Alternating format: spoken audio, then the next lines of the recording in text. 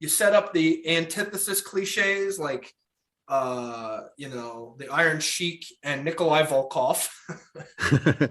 And then you have Hulkster, who like comes out with the American flag and he's pointing at them and like, like, this isn't going to go well for you, bad guys. And even if I lose this battle, you'll see at WrestleMania, I'll win the war. And at the beginning, John Matrix loses, his first couple of fights with these guys. He gets shot with a tranquilizer and shipped off to talk to the general and so forth. And in the end, at WrestleMania, John Matrix wins. You know what I mean? Yeah. He shows up, he's got the camo on, and he's like, let's do this. And because you're an hour and 15 minutes in, this one's going to go different. It's wrapping up.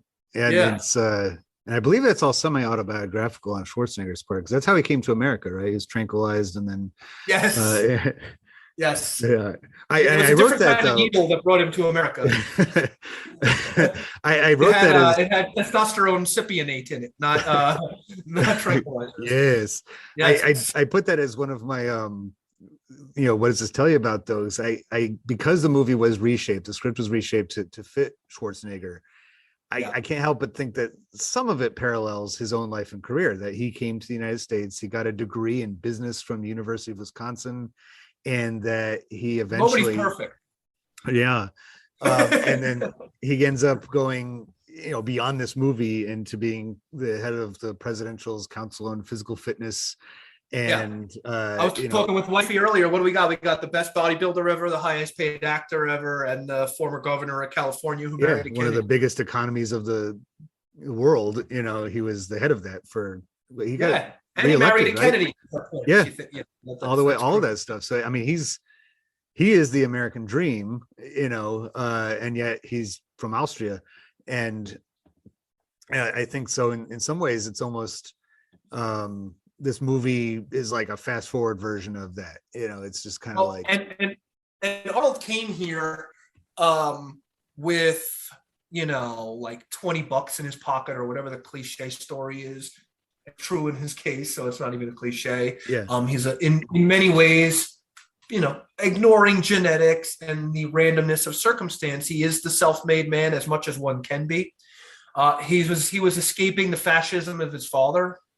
Coming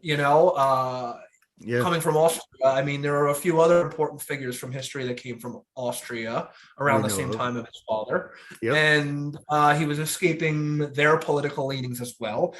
Even though he's a right-wing guy, he's kind of like a classical liberal in his politics, much more than he is a strongman right-winger. So in